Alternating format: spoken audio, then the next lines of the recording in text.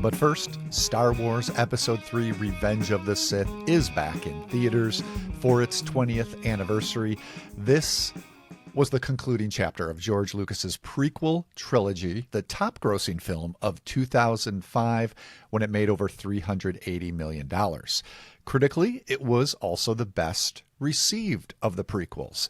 It got a respectable 79% fresh on Rotten Tomatoes. That's compared to 61% fresh for Episode 2 and 54% for Episode 1. All of those, for the record, way too low to my mind. I was just going to say, I'm shocked they're both that high. I did my best, Adam. I did my best. Alas, you are one man, one critic. one ranking on Rotten Tomatoes.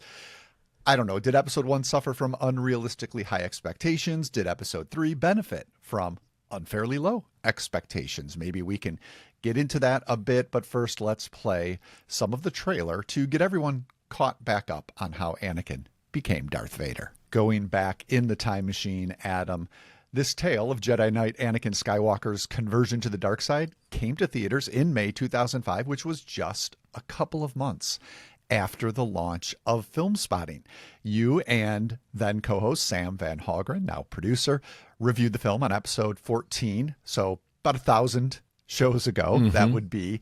And I don't know if you had a chance to look back at your notes, but I have some notes here from producer Sam. A little synopsis of that 2005 review. Apparently the film's first 20 or so minutes, the first 20 minutes of Sith, which is this prolonged rescue mission featuring Hayden Christensen's Anakin and Ewan McGregor's Obi-Wan, didn't sit well with you. You called it horrendous and abysmal. But at some point, things got better for you. The fact is, you said, I loved this film. It sounds like you connected with the story's Shakespearean tragedy. You also described having a nostalgic kid-like reaction to the movie, one that you hadn't in some time. You experienced that tingle that you had watching the original I had Star that checked Wars. out. And good. The Empire Strikes Back. Basically, according to that '05 review, Sith reinvigorated the franchise for you. And here's the real whopper. This one I was aware of. Speaking of fresh, rotten ratings, Adam Kempenaar, 5 stars for Revenge of the Sith. So you did take the time to rewatch Revenge of the Sith on this occasion of its 20th anniversary, the first time in 20 years as well, I believe. So how are those stars looking now, Adam? You should probably just ignore everything I'm about to say. I just need to commit to the bit, right? And give it, 10 stars, 15 stars. I mean, you could. That'd be fun. I will say thank you to now producer Sam for pulling together that recap, because I definitely didn't listen to episode 14, nor could I find my notes. 2005 Adam was a little excitable, maybe, Josh, a little overeager and hyperbolic, maybe, but he wasn't wrong about the movie as a whole or those specific points. That opening rescue mission, still horrendous and abysmal, though, side note, 2025 Adam would know better than to use 2 adjectives when one suffices. I don't like the whole quippy, lethal weapon-y, buddy comedy vibe between Obi-Wan and Anakin. And no, it doesn't remind me of Han and Luke, or the overly chaotic and flimsy CGI spectacle of that opening, both of which lower the stakes significantly. And I get it. This movie isn't otherwise very light and fun. It could be called Revenge of the Stakes. It's so loaded with dramatic conflict and tragic irony. So having an opening that's a little lighter, but also intended to establish the rapport and the genuine bond between those two, and in the process heightening their tragic arc at the end, it makes sense, but it's not clever or visually thrilling. You know what, though? Things do get better. Anakin's story is a tragedy of Shakespearean proportions, and I did still have that nostalgic, kid-like reaction to it, something I felt maybe during the opening scroll and trumpet blast of The Phantom Menace, and then proceeded not to feel again until Revenge of the Sith. Is it a great Star Wars movie?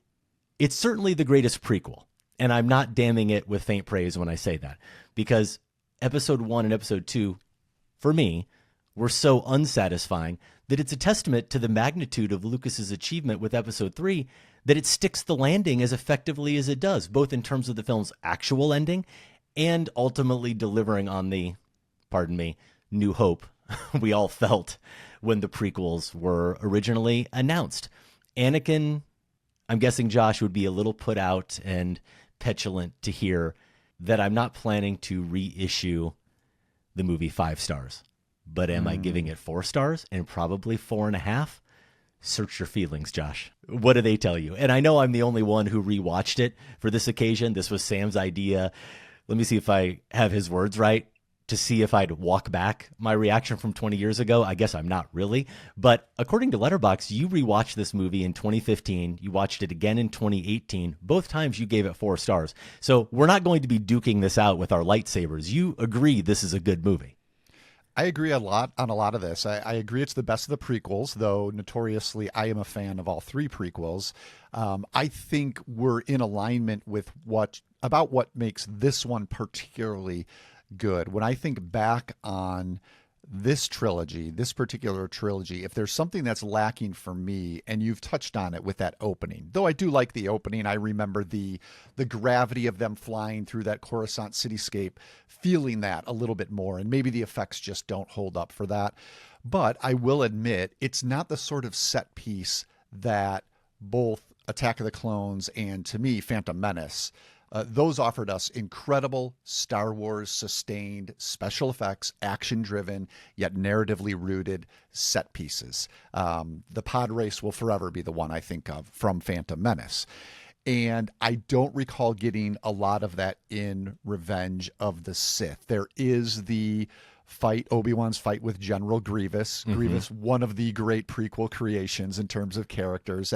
And I remember that being kind of fun.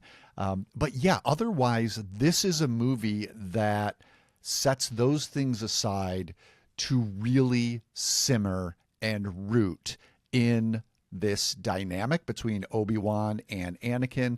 But more importantly, just the depth it took to get to a character like Darth Vader. Mm-hmm. And I think it earns that. I think this works and I think the reason most people regard it as the best of the prequels, which I do, is that it is a work of closure for those prequels, but also a work of sustenance for the entire franchise. Mm-hmm. The way it connects with everything that came before/later, it's doing so with a richness, with a brooding quality that makes it work as this capper and this bridge. So yeah, I did take a look at the original trailer, just to refresh my memory a little bit. And I would be curious. Here's a question I have for you. Here's the things that were going through my mind. I would have been looking for if I'd had the time to rewatch it. You touched on the effects a little bit. I was curious how those looked, maybe particularly the climactic lightsaber duel on the lava planet. So I'd like to hear a little bit more about how the effects look, and then, which isn't always, you can't damn a movie for the time it was made. Just more curious, but also the performances, because, Christensen and Natalie Portman, both incredible and talented actors we know in other works, not the strongest elements of the prequels, which has much more to do with the script writing and the dialogue. Mm-hmm.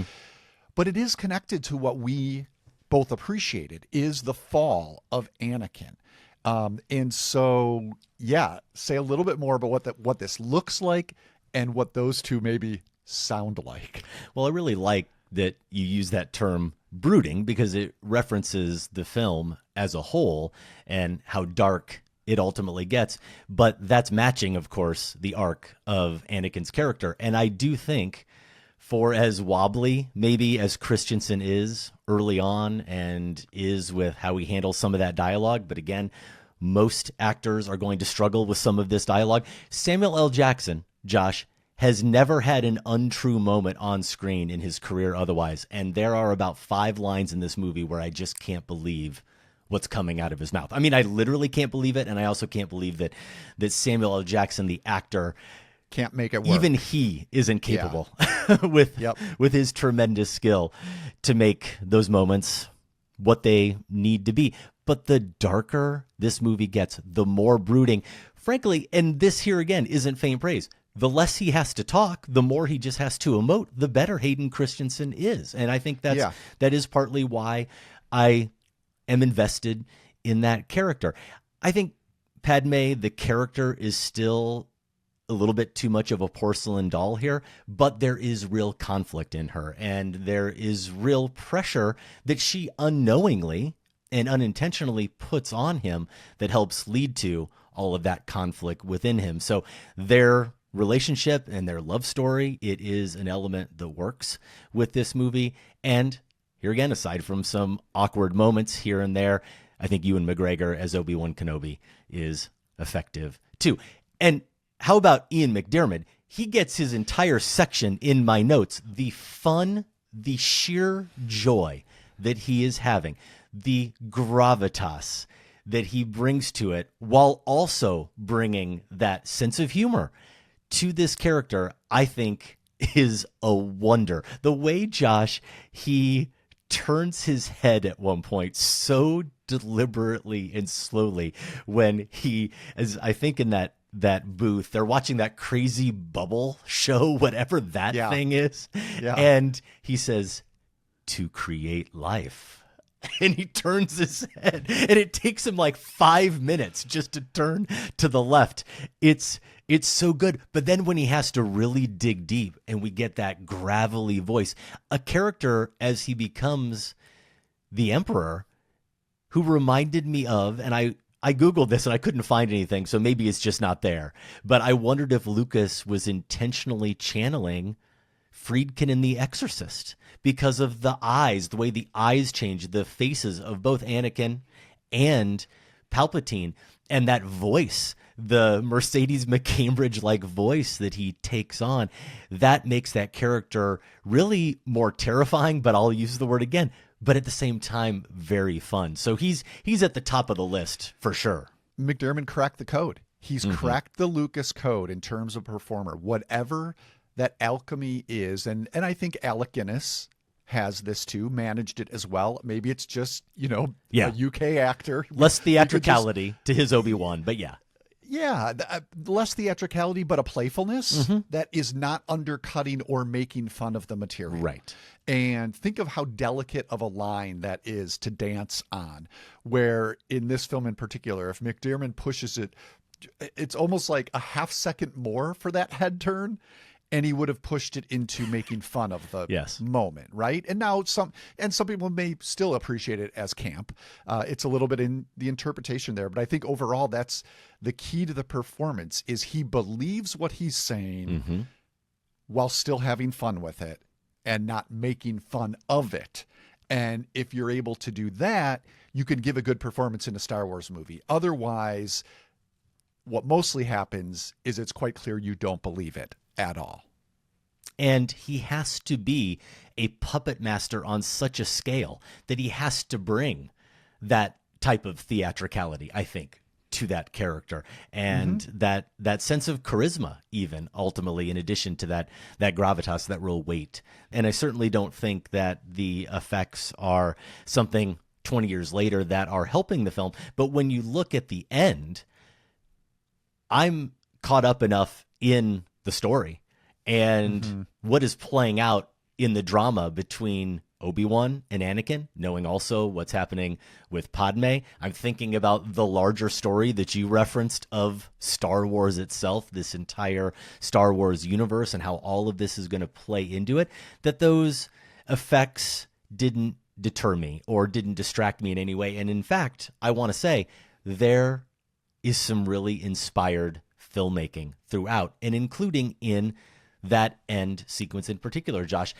The moment when Padme lands and Anakin sees her ship and starts running towards her, that's a great visual with the lava kind of shooting up in the landscape behind him as he starts running towards her, and you get the entire scope of the surroundings and his sense of urgency. How about when Yoda is fighting with Dooku and the whole thing is waning and his cape falls to the ground. And as that's descending, we cut to a shot of Obi-Wan as he's actually descending. It's a match cut.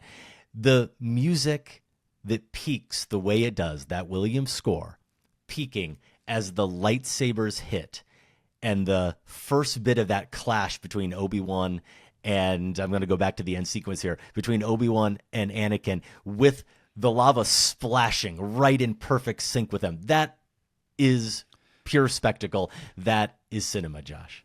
And that all speaks to a level of care that we don't always get in major franchise installments, especially this far in. And it's connected to, my defense of the prequels as a whole, which I've talked about on the show as being examples of auteurist cinema. Now, it's popcorn auteurism, it's James Cameron Avatar type auteurism, but you need someone at the creative helm like Lucas here still, who has this much investment in these worlds that he's imagined and gathered these massive teams of Imagineers to bring it to life alongside him, to put the time and effort and energy and imagination into little details like that.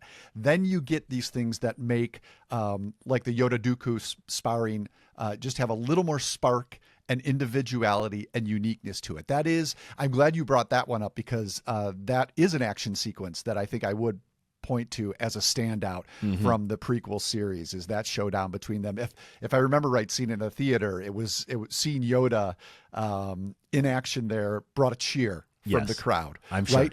Partly because of, attachment to the character of Yoda, but also the thrill of the filmmaking that you're speaking to. That's how you get to connect with an audience on that level. And again, it takes that sort of care, that sort of auteurist investment in the story you're telling. It's not just propping it up because you signed on for 3 of these, right? That sort of thing. Yeah, more examples of that when we have both Padme and Anakin, the cross-cutting between them going to medical, getting care at the same time, care, if that's what you can call what Anakin is getting at the end, the mask descending, the Vader mask descending, and then the way Lucas cross-cuts between their breathing is in sync with each other. That choir singing then as Vader now ascends, and we have him fully formed.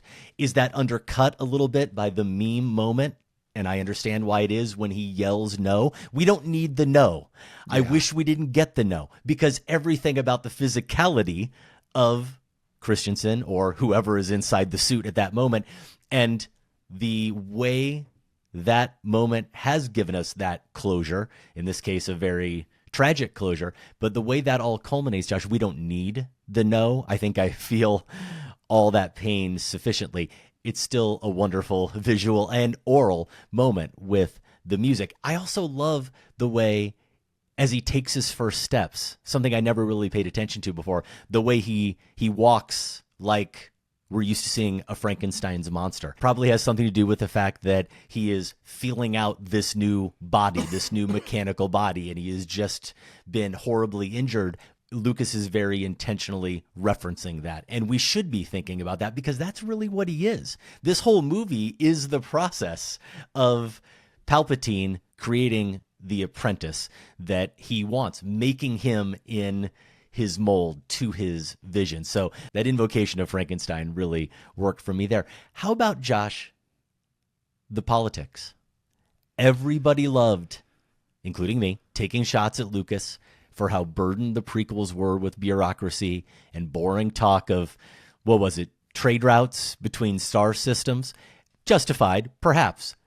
But do we now owe, in 2025, do we now owe Lucas a mea culpa for his political prescience and acute understanding of tyranny? Frankly, I'm shocked I didn't hear the word tariffs like 17 times in this screenplay.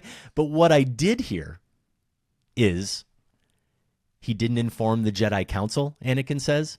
That's unusual, isn't it? And Obi-Wan says, all of this is unusual, and it's making me feel uneasy. How many times have we said almost exactly those words, those phrases, minus Jedi Council, over the past 8 or 9 years? I mean, that's just the beginning. Yeah, I'm thinking back to the last time I logged this and looking at it here on Letterbox. All I wrote, this was 2018, so you can recall where we were. If Putin is Darth Sidious, then Trump is Dooku. And someone recently commented, I forget, I just got a comment on this, something like "if only." Like it's gotten way worse Right. than that. But yes, this worked obviously as a political allegory when it came out. These are concerns that were in the first three films as well. But yeah, I imagine seeing it again in 2025, so much of this would pop out at you. Obi-Wan says the Senate is expected to vote more executive powers to the Chancellor today. And Anakin says, well, that can only mean less deliberating and more action. We hear phrases like that quite a bit. Anakin, me, a master, I'm overwhelmed, but the council elects its own members. They will never accept this. Palpatine, I think they will. Old traditions, the rules, the Constitution, irrelevant. Padme, what if the democracy we thought we were serving no longer exists, and the Republic has become the very evil we've been fighting to destroy? And finally, Palpatine, an empire that will continue to be ruled by this august body and a sovereign ruler chosen for life. Gasp. An empire ruled by the majority, ruled by a new constitution. And Padme says, so this is how liberty dies, with thunderous applause. Lucas, I don't need knew to something. watch this again right You now. don't. No thanks. You don't. Maybe you shouldn't. But it is the filmmaking fun here. It is the fun that Ian McDiarmid is having. It is the development of those stakes. We deride him for some of his plotting, for his screenplay in terms of the dialogue, but from a storytelling standpoint with this film, I really like what you said in terms of it being a work of closure, that it earns what it has to by the end of this film, and it's sustaining the franchise. Because right from the beginning, the way this idea of deception is woven into the story and being something that is just subtly eating away at Anakin and adding to this trauma. This is still just this boy who hasn't gotten over being taken from his family, losing his mother. That's very clear from this film, and is resentful and is full of anger. And he and Padme are keeping secrets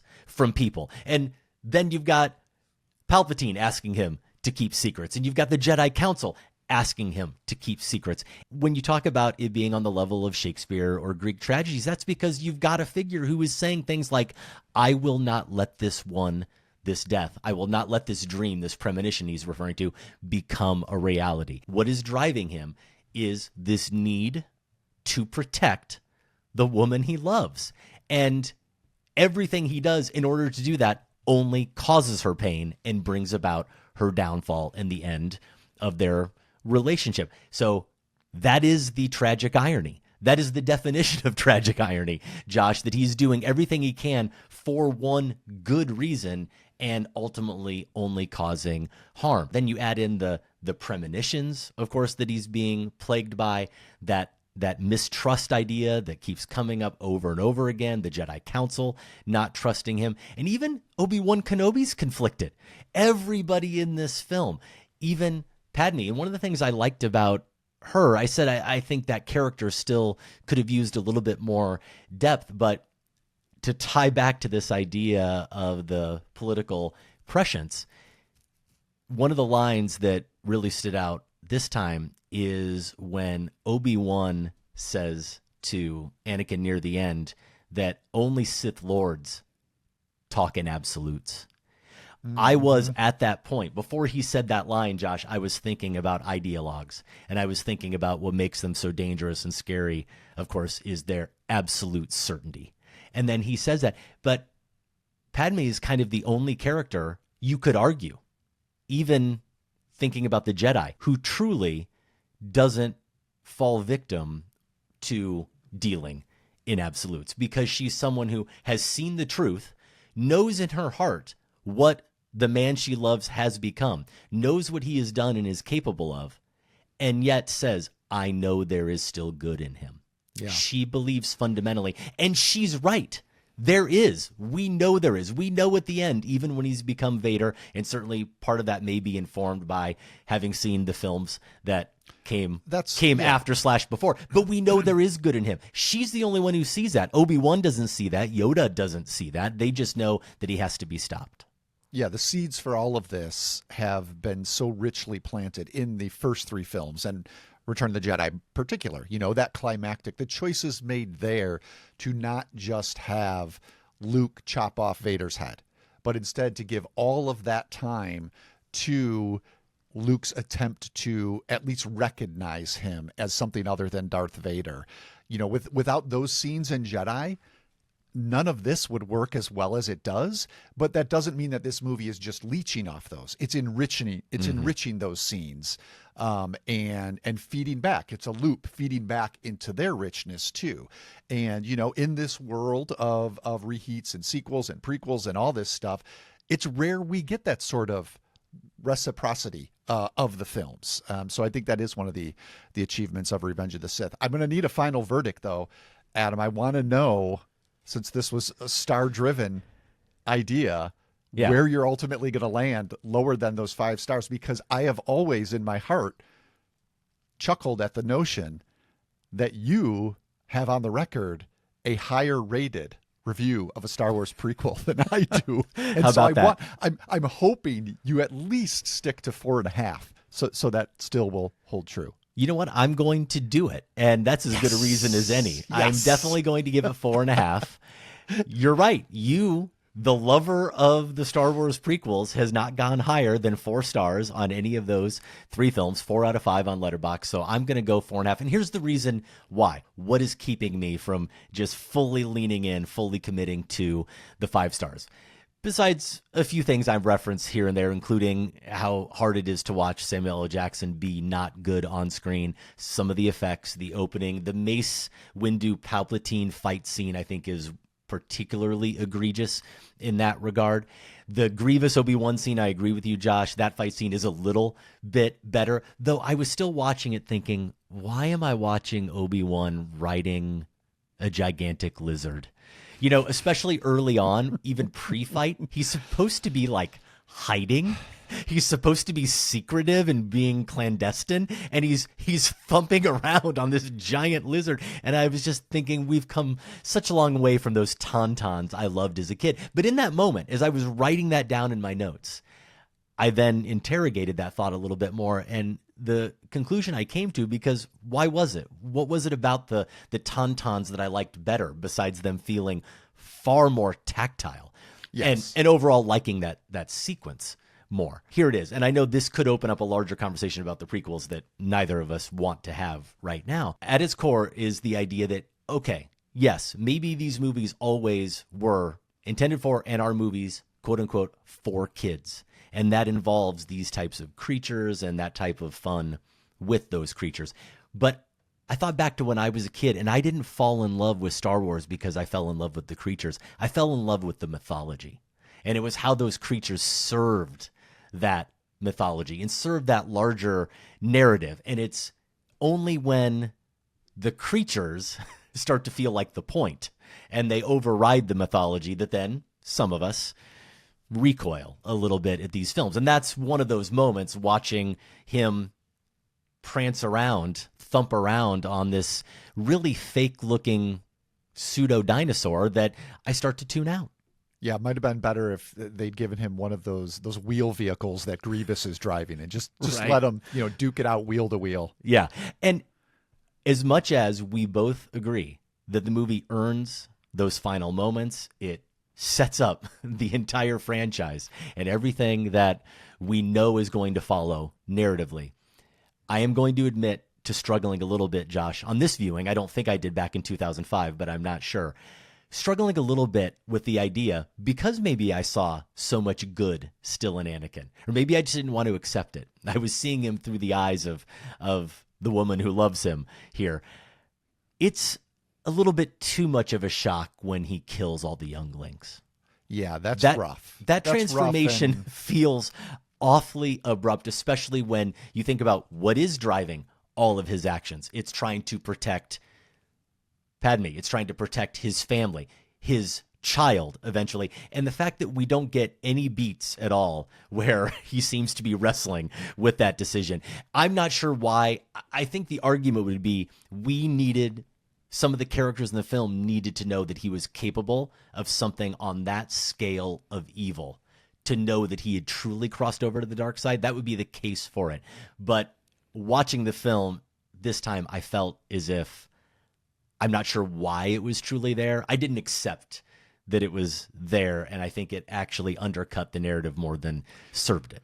I think that's, a case of unimaginative screenwriting, because the question is, how do we show how bad he's gone? Well, of course, you have him do this heinous act that everyone would recoil from, when you probably could have found a character choice that was less dramatic, but because we know him, maybe it involves Obi-Wan, maybe it involves Padme, the choke, the Force choking scene of her is obviously not on the same moral level as killing the young Jedi. But because of their relationship and our investment in those characters, it somehow feels like more of a step into a darker version of himself than killing the kids, So I guess that's the distinction I'm talking about, where it's like, it does feel like a little bit of lazy script writing is, let's just think of something terrible and have him do it. But it kind of sticks out. Well, then it sticks out also because it is so morally repugnant. The reaction to it almost feels like it doesn't match it.